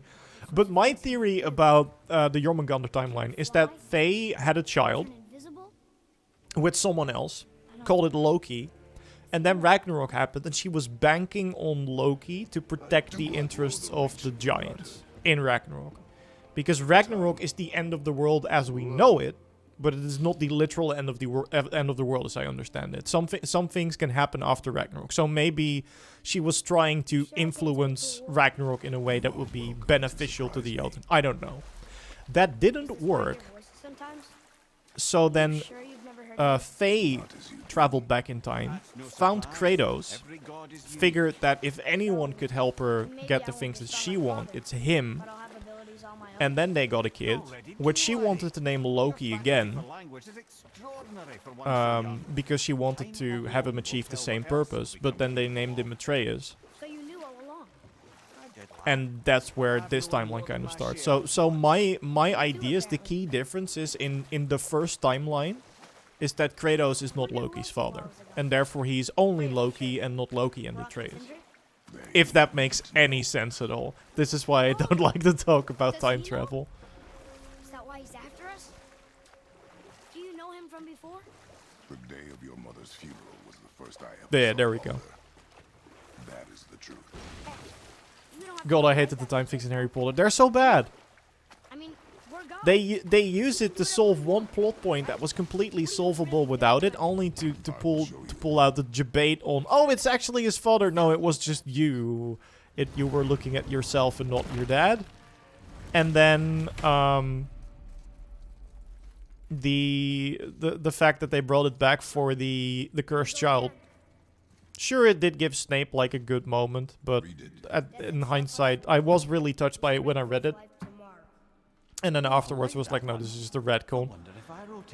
Oh well. Only humans are supposed to survive Ragnarok, right? Remember hearing that somewhere. Not sure. But I believe that if you heard that somewhere, then it could probably be true. What's the deal? What's the deal again? I forget what we need to do in this room. Do we just need to punch the boy now? Because he's being... Because we did figure it out, right? It says Gorp. It says Earth. Swallows death, brings forth life. Checks out. Gorp. Yeah. Oh, yurt. Proves what I know. I wish I'd known I was a god in Alpha. What secret do you think Atreus is keeping from Kratos? I think Odin tells him Kratos will die during Ragnarok. And that's the secret he's keeping. So in fact, he's not really keeping a secret because Kratos already knows. That's what I think. We've seen some gameplay in Muspelheim. Do you think we'll work with Surtur or fight against him because he's the one who's supposed to destroy Asgard? I think that we will fight with him. So a lot of tier lore drop in this part, I believe. So that's interesting. But I think we'll fight with him. Mainly because there is a story about Surtur in this game. The way Mimir talks about him is he sounds like a badass. The way Mimir describes it is basically he is fully aware of the fact that he is going to die in Ragnarok and that his only goal is to destroy Asgard. And instead of lamenting it or trying to avert it, he just accepts it and trains his entire life to make sure that he lives up to that purpose. So if we're going to come knocking at his door and like, hey, we would like to change some things about Ragnarok, but we'd still like to mess up Odin and Thor and the whole of Asgard, are you in? I don't feel like that's going to be a problem for our boy. Which means we have a badass fire giant on our side, and I am unbelievably stoked for that idea. So maybe I'm partly just manifesting, but I do think that there is a possibility for sure that we'll be allying with Surtur. I think allying with him is more likely than fighting him. Although maybe a fight to like test our worth or something, because he would make a pretty badass enemy. Atreus has spent too much of Kratos' money on microtransactions in Fortnite, that's a secret. But Dad, I just wanted to do the Kamehameha and kill Darth Vader. I suspect he had something to do with helping them cover their tracks. Missing panel from this room is in the secret room in Helheim. Don't we eventually go to retrieve that?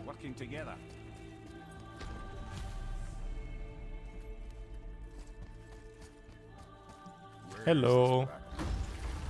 No, I've never been in here. Oh, it's this room. The stone! That has to be it.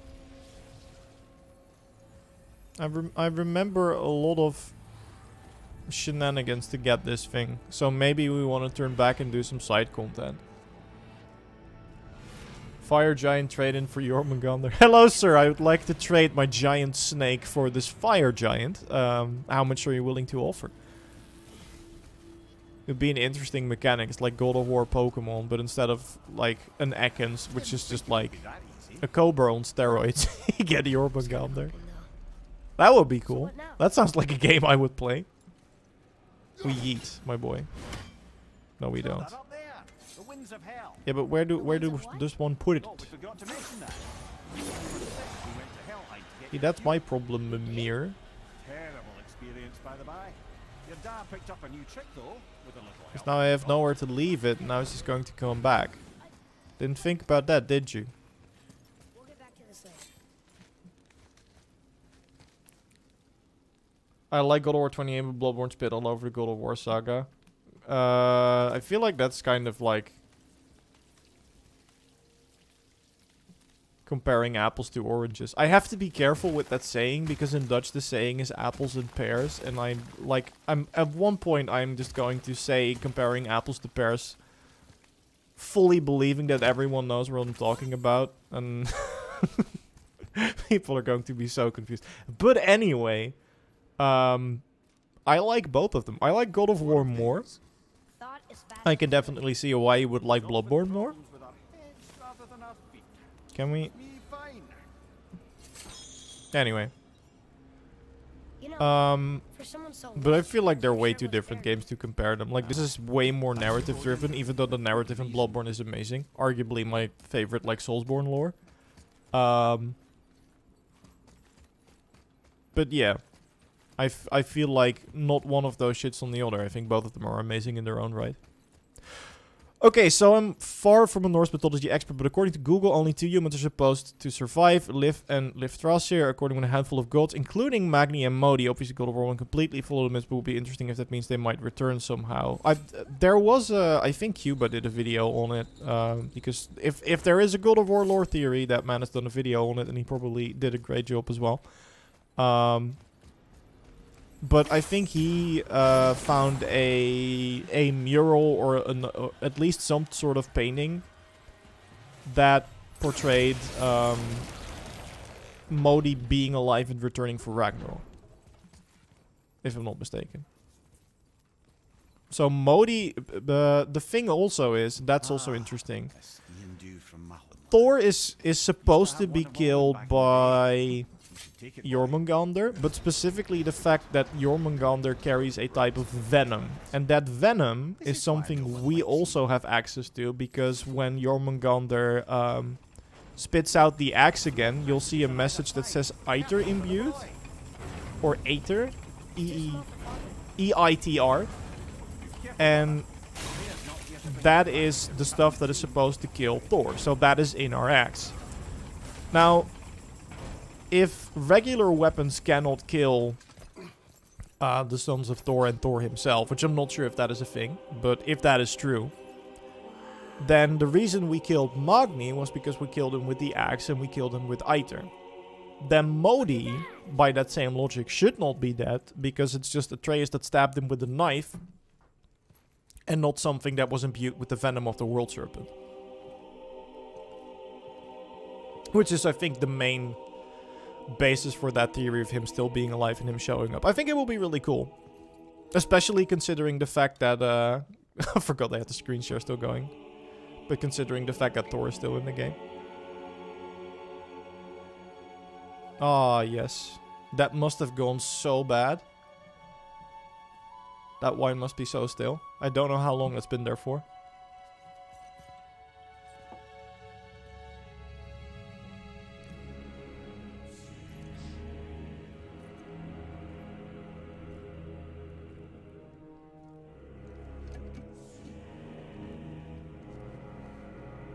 Playing as Jormungandr would be a game all on its own. No, that's already a game. It's called Snake. You can play it on like your old Nokia. What'd you find? Enough distraction. Do not forget why we are here. Okay. Another hint at Egypt, ladies and gentlemen. You love to see it. You love to see it.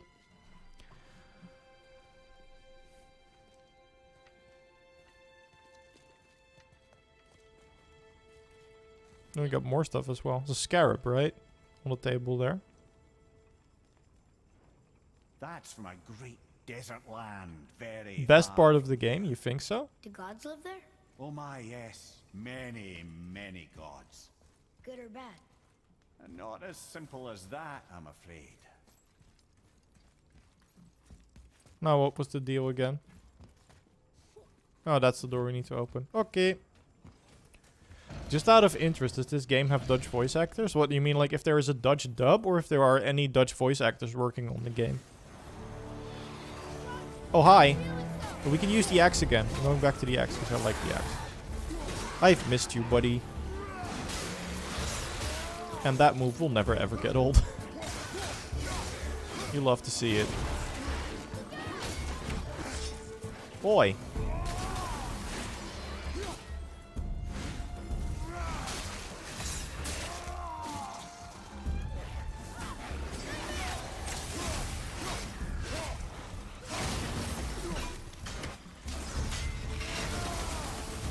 I think we will swap to the blades for the nightmares because this is just so satisfying. They're basically free projectiles after you get this thing. And then you can just grab another one. And grab another one. It's so easy.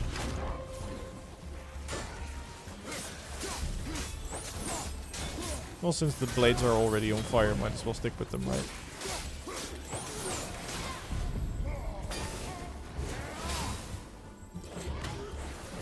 Whoop. I mean dodged up. No, I don't think it does. Not many games have. The thing is, and this is probably true for a lot of other languages as well, but not a lot of people speak Dutch. It's not a very common language. The people who do speak it have decided to live together on like the 50 square acres of land that is the Netherlands. I know it's not that small, but we're a pretty small country. So that kind of forces you to learn other languages out of habit, because it is really uncommon for someone else to speak your language. Whereas, for instance, people that speak either Spanish or Chinese or even something like French, because unfortunately, because of colonialism. But those are languages that are spoken more over the world, so it's more reasonable to expect that people speak your language. And because of that, there's also more dubs for languages like that, and not for something like Dutch. German dubs you'll see more common. And I also believe that part of the reason that there aren't enough Dutch dubs is because a lot of people still think that Dutch and German are the same language, which they're not. Wow, that was almost an apology. Well, I guess you do like to smash fodder. Do you think we are in the future when we see Fenrir and Atreus start Ragnarok? No, I don't think. I don't think so. Or well, obviously we're in the future when compared to now, because Ragnarok hasn't started yet. But I don't think it's like a different timeline shenanigans or something like that. Yeah, we just need to bring the wind back. But just keep forgetting where... Not here. The other one. This one. And I think this is the one with the trap. Maybe in this game we will learn that Tyr went Kratos mode on Egyptian gold, and the next God of War will be Tyr's prequel spin-off, in which we'll see him collecting stuff from his vault. I'd love to play as him someday. That could be a really cool setting. I think there is a mention of Tyr being an absolutely ostentatious egomaniac. So it would be very interesting to see why someone said... I think it was Mimir that mentioned that. But I think it would be very interesting to see why someone thought that. I think the way they're setting Tyr up is actually very interesting. Because to me, it's kind of like this is what Kratos can become. Like someone who is wise and well-traveled and has seen a lot of the world. Even though they are a God of War. But maybe he wasn't always like that either. We don't know. How's Fenrir grown though? Atreus is still small. I mean, Jormungandr is too. Maybe Fenrir wasn't the only... I still have a theory about the whole Fenrir thing, because I don't think Fenrir's whole story went the same as it did in mythology, because I think that when we see Tyr trapped, I think Tyr is the one actually trapped with Gleipnir and not not Fenrir, which was of course the rope that was made to chain him. Which was a really clever story about it was made of things that are uncatchable. Like the footsteps of a cat, which is kind of a retcon explanation as to why cats hardly make a noise when they walk. It's because their footsteps were taken and used to make Gleipnir. So that's why there is no noise. I forgot the other ones, but it's like a really fun sort of mythological thingy. I don't know. Like them well enough to cover a After playing God of War on PC, all I want to know is who blew the horn. I like 100% we're gonna find that out. I don't know who it is. My money is on Angerboda. I know a lot of people think it's like future Atreus or something. My money is on Angerboda. Don't you enjoy it at all? But it will be incredibly interesting to see. Hello? Will you please come down where I can hit you? Maybe Mother wanted us to have a Or do I need to do that from up? everything we've seen and done. I don't think I do, right? Maybe it was her gift. Or maybe I do.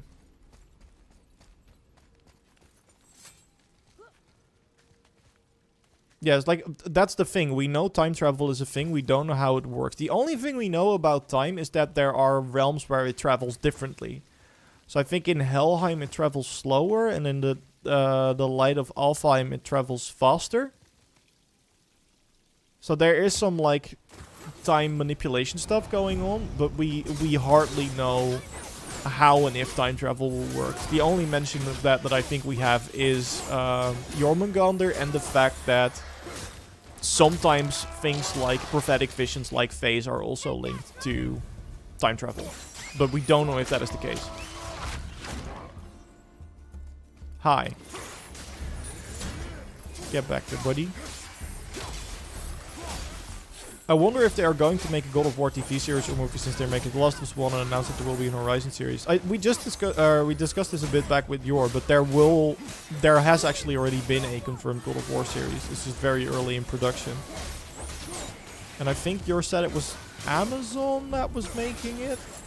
Because there was that big announcement where also the Horizon series was revealed. And I think they also revealed the God of War series there, but a lot of people have just either forgotten about that or didn't notice, because we've had a lot more info on the Horizon series than we've had on that, and hardly had an update on that at all. Whereas Horizon revealed I think they revealed the showrunner.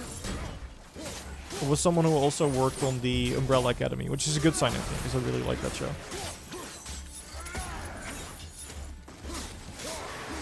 But yeah, I'm not 100% sure. I trust Jor enough to say that I am, but I have to be completely honest here. I'm not 100% sure from the top of my head. So if you want to be really sure, I'd say look it up. I've literally just my brain is flatlining. How did I? Look, there's the wind trap. So you grab it from there, I think. And then you go down. I can't grab it from here. Oh boy, oh boy, oh boy. I am making this way too hard on myself, am I?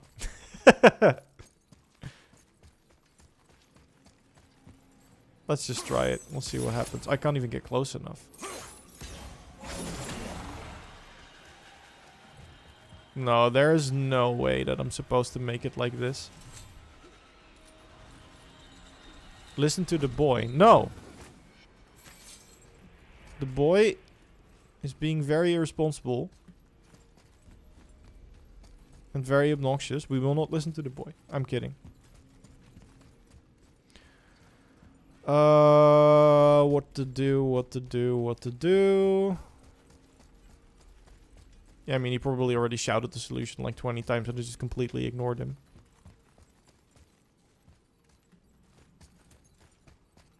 Oh, that you were alright. That is it. Thank you, MX, YX. That's really stupid that I didn't think of that. But we'll fix it. Thanks, chat.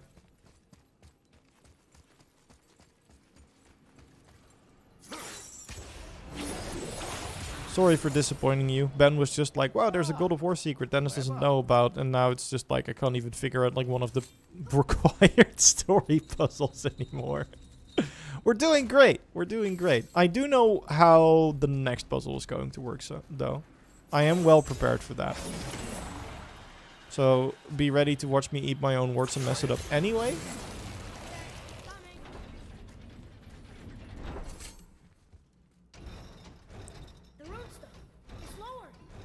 Yep. And I'm also getting screwed over, so you may want to help me out with that.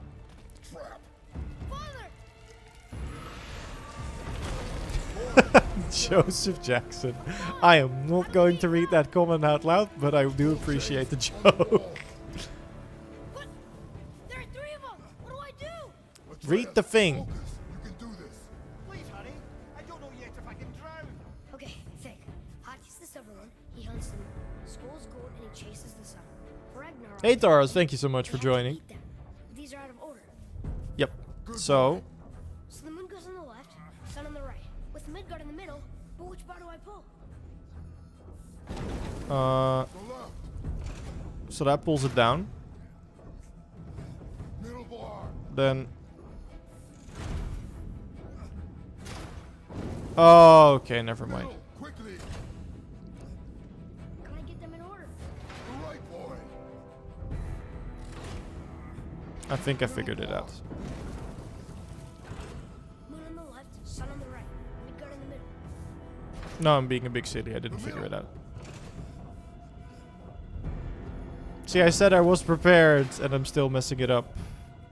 The right, boy. The middle. Just give it a minute, chat. Poor Mimir, if he drowns, he'll just stuck in the water forever. Yeah. I know. We're really doing bad on Mimir. I'm so sorry. That was also just a waste of time because I'm literally just putting it back in the way I put it. This is definitely my finest hour. I'm sorry, chat. I'm having a bit of an off day. But it's fine. We'll get through this. The middle.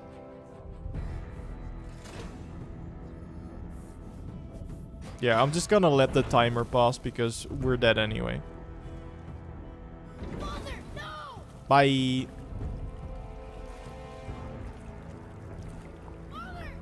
Little did we know this was something we'd be doing with Swollen Hati and Ragnarok. Yeah, this is some sick foreshadowing. 0 deaths. Yeah, actually, where's Jor to take over the controller? I'm done. I'm not gonna play anymore. Okay, let's not mess this up.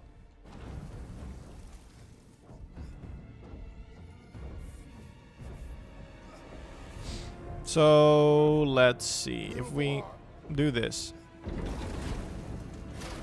then we can stick the moon in there, which is what we want. Then we move the sun over here. Pull that down. Pull this back up. Moon on the left, sun on the right. Pull that to the middle.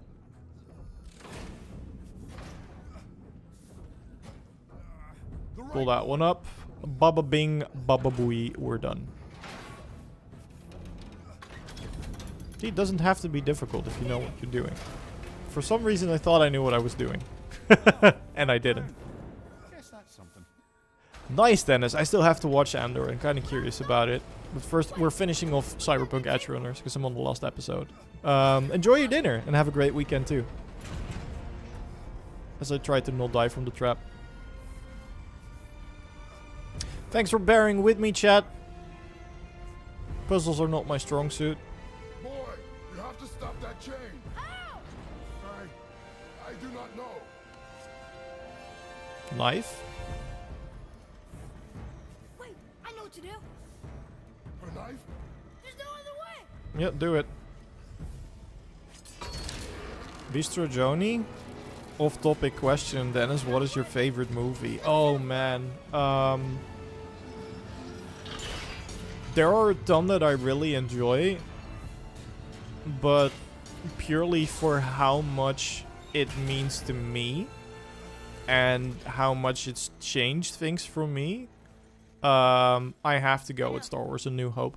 But it's safe. Yes, I know Empire's plot is better, yada yada yada, but nothing will ever leave the impression on me that watching A New Hope did on me when I was like 6. The road's free. I think we did it. Aye. Let's go see what Tyr's got for us. I hope a rune, because that's kind of what was promised. It rubbed off. What should we do? We keep going. There's a boss fight in this room right as well. There it is. We've got it. No, we don't. There's a boss fight. You silly boy. What'd you think was gonna happen? Boy. Boy. Yeah. There is a line in the book On the day chat we were born, that Atreus mentioned two knives, that mixing metals from father doesn't call him boy anymore. Now, doesn't that just make you very sad? And when we were ready, They're for sure gonna bring it back. That summer, autumn, spring, winter puzzle was bad too. Oh yeah, I got stuck on that as well, Sansa, because I put in something double and I didn't realize. So I had the entire sequence correct. And then I messed it up anyway. Because for some reason, my seasons have 2 winters. We are more than that. Which is actually something I would prefer. Just skip summer, just have winter twice. And you must be better than me. Understand? You guys think Thor will be the first boss in Ragnarok? I do think so, yeah. Either him or Freya, but I think it's Thor. Will be better.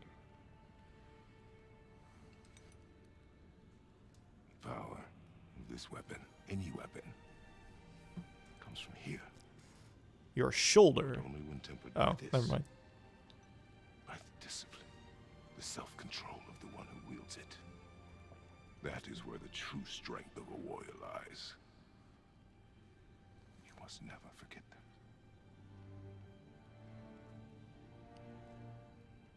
Good then. Such a moment for Kratos, this. Come. I love that, like, each time you go through this story, it gets better because you notice more things. Such an awesome game. Anyone play God of War Ascension multiplayer? I played it once. Absolutely demolished Jor. And then he didn't want to play with me anymore, so I quit. Heck yeah. The rune. Did you see it? Yes. Thor will be a story boss? Yeah, my guess is Thor will be like a recurring story boss, kind of like how the Stranger works. It's my man Grendel. What Grendel doesn't know is that he's about to get his ass whooped. By me. And the boy, of course.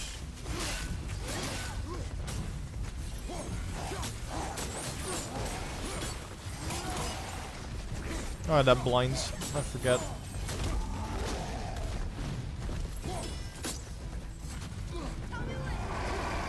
Can we just punch him? That will do damage to both of them? Yeah, it does.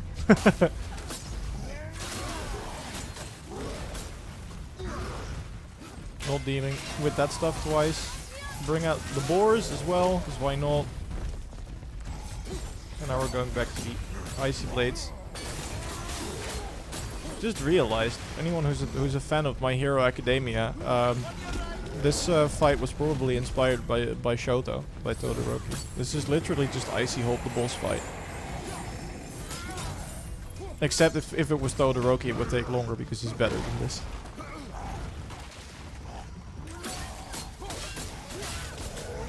Have people seen the critically acclaimed and highly beloved Edge Runners anime and extension of the... Are they doing the have you seen the free trial for the acclaimed hit our MMORPG Final Fantasy XIV but with Edge Runners? And also, yes, I literally only still need to watch the final episode. Loved it so far. No, you're done too. Just stop. You're just embarrassing yourself. It's over. Your kneels before the gold killer. No, at the end of the day. I don't know what the tally is. We've dueled in a couple of games with Joyce as a silent and reluctant referee. Puny troll. I don't remember what the score is. I'd like to think it's pretty even. Which way is the sandball back up?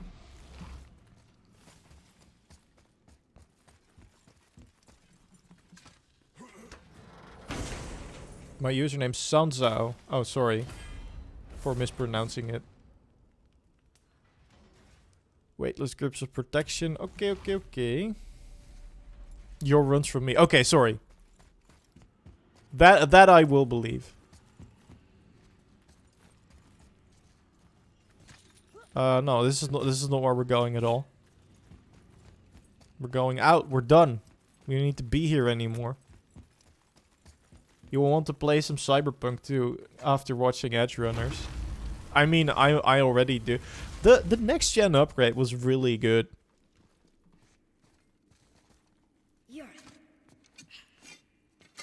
I did really enjoy that. I didn't finish the game on like a new playthrough, but I did start like a new game playthrough on a completely different build when that upgrade came out. So I do mean to get back to it at some point. Might as well be after Edge Runners, I guess. We're so Ice and Fire is a common theme that existed way before My Hero Academia. Fair. Song of Ice and Fire. So much more. Muspelheim, Niflheim. But for some reason, Icy Hole popped into my head, and I was like, wait a minute. The island of Lemnos. Near the place Lemnian wine.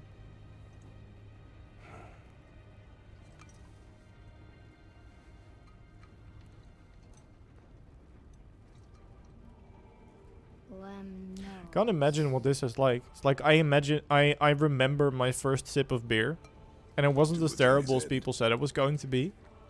But I can't imagine like your first drink being this. Smells like rotten eggs. Is it still good? Possibly. Possibly. Kratos doesn't know. Kratos doesn't care. What if the kid gets food poisoning? You just cured him.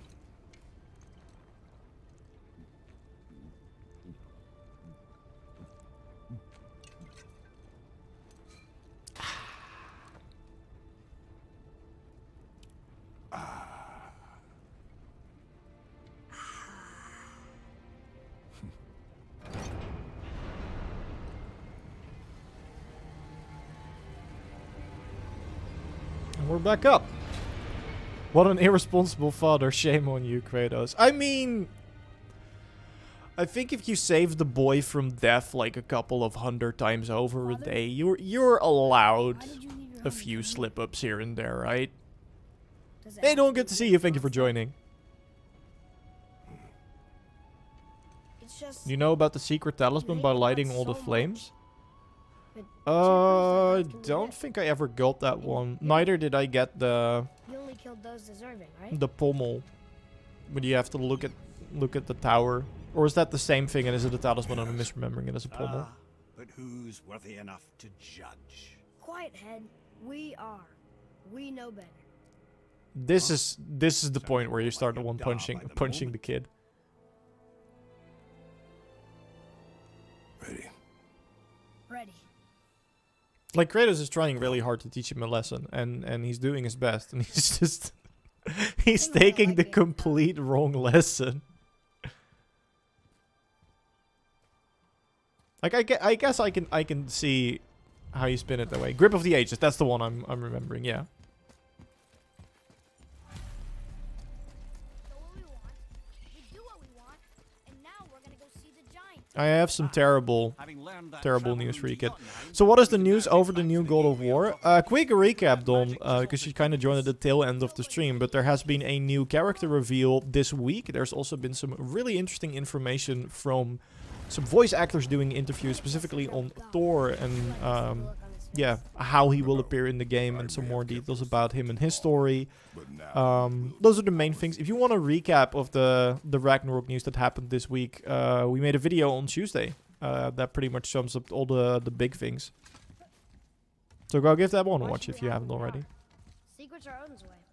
Shouldn't we be open? Do you think Kratos will get to use his previous rages or only Spartan rage? I don't see rage as an equipable item and more as an emotion, so I find this question very hard to answer. which is an elaborate way of saying I don't know. I think it will just be Spartan rage, but maybe because you did get me thinking now.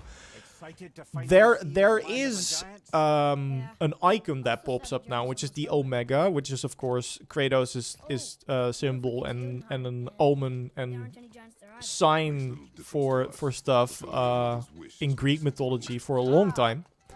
So maybe that Omega appearing means that there are other signs that can appear indicating different types of rages. But if I had to hazard a guess, I think the Spartan rages is they're probably going to be expanding the moveset. Maybe have us wielding weapons while using it. I think that could be cool. But I don't think we're gonna see it change a lot. I can tell you a thing or two about family matters. Let me guess. Your brother isn't as talented as you, and his work is junk. Those things are accurate. Your point? It's all you ever talk about. Get wrecked by Sindri. Do something about it. It's like, sure, the scene is about Atreus, but I do not want to understate how sick that bird was. I just realized he gets mad and there is more lightning. So that is another Let's have a look at your sort of storm clue thing happening, which I think is really interesting. Anyway, we've been streaming for 2 hours now. We've been making some good progress. I'm gonna wrap up the stream here. Thanks everyone so much for joining. Once again, shout out for joining in the beginning as well. Hope you enjoyed the stream. Hopefully there will be more news to discuss next week, as of course we are back with Road to Ragnarok every week on Friday, 4 to 6 p.m. European time, whatever your local equivalent is. Thanks so much for watching. Like I said, if you want a recap of the news that we kind of went more in depth on in the stream, go watch the video that we posted on the channel on Tuesday. And yeah, thank you so much for watching. Stay tuned to the YouTube channel for more videos. Stay tuned to YouTube and Twitch for more streams. Hope you enjoyed it. Thank you, Mod, so much for modding. And thank you all for joining the stream. Hope